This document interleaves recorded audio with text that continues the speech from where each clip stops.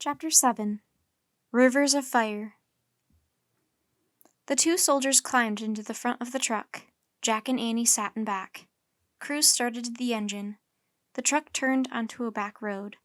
Then it sped away from the giant tortoise center. Annie looked at Jack.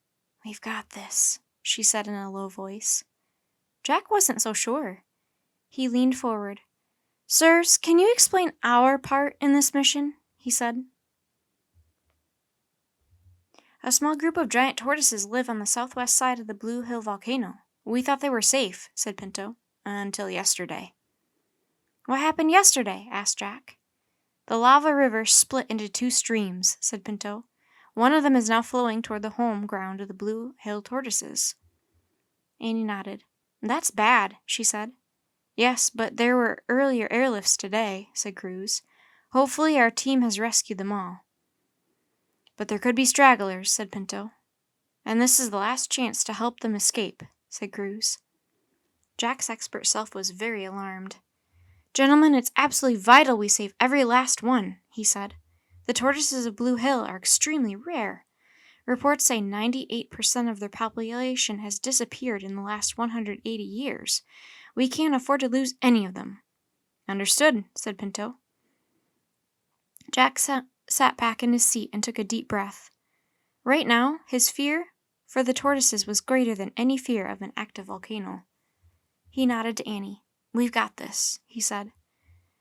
"Read Morgan's rhyme," she whispered. "Why?" asked Jack. As an expert, he'd given little thought to Morgan's rhyme. He hadn't felt they needed it. "To make sure we're doing the right thing," said Annie. "We are," Jack said confidently, but just to please Annie, he pulled out the rhyme. As they read it together, Annie pointed to the third section. "But the expert to find, the one to admire, is the one you must save from a river of fire." "No problem," Jack said in her ear. "Morgan's talking about the giant tortoises. They're obviously the true experts. They're the experts at being giant tortoises. It's all falling into place." "Right, but read this part," said Annie. She pointed to the last section. Jack read to himself. "Be honest and gentle. No need to be smart. Just look eye to eye and talk heart to heart." "That's super important," Annie whispered to Jack. Jack nodded. Those lines were nice, but as an expert, he certainly didn't find them super important. He tucked the rhyme back into his pocket. The truck headed along the road beside the ocean and past the few shops. Then it bounced over a long sandy road. The road ended at a small airstrip. A military helicopter was waiting. "There's our chopper," said Cruz. "A chopper ride? Wow!" said Annie. "That's our first." Jack held up his hand to stop her. "That's our favorite way to travel," Annie said, correcting herself. Cruz parked near the runway. "It will get us there quickly. We'll be on the volcano in 10 or 15 minutes. "Good. The sooner, the better," said Jack. His expert self was unafraid of taking his first chopper ride. The four of them climbed out of the truck and hurried to the runway. The helicopter's cockpit had 4 seats. Jack and Annie climbed into the seats behind the 2 pilots. Cruz handed them helmets, and they strapped them on.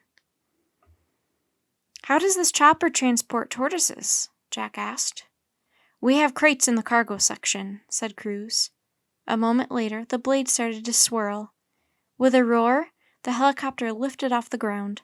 It rocked from side to side, then headed into the sky. Annie grinned at Jack. "Yikes," she mouthed. Jack gave her a thumbs up. The helicopter flew over flat, rocky land dotted with bushes and other plants. Pinto pointed to a distant dome-shaped volcano with sloping sides. "That's it!" he shouted above the roar of the chopper blades. A cloud of steam rose from the top of Blue Hill. Red-hot lava bubbled down the sides. "Whoa!" said Annie. Jack tapped his finger against his mouth, reminding her to act cool, but his heart pounded as the chopper drew close. The volcanic eruption looked terrifying. Jack could see the 2 fiery streams that had split from the lava river. Lava was also oozing from cracks in the slope. Patches of grass were catching fire. Smoke filled the air. The helicopter started to land on a lower part of the volcano. The surface was rough and craggy from ancient lava flows. Through the smoke, Jack saw black rocks of all sizes, tall grass, and thick clumps of bright yellow and apple green cactus plants. Good tortoise food, prickly pear cactus, Jack shouted to Pinto and Cruz. They like the yellow lava cactus too, shouted Annie. It only grows on the volcanoes of the Galapagos. That's where we should begin our search, shouted Jack. Understood, shouted Pinto.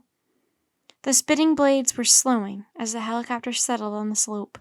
Finally, they came to a full stop. Okay, let's go, said Cruz. Make it fast. That lava will be here before we know it. Understood, said Annie. She and Jack took off their helmets and climbed down onto the rough, black ground.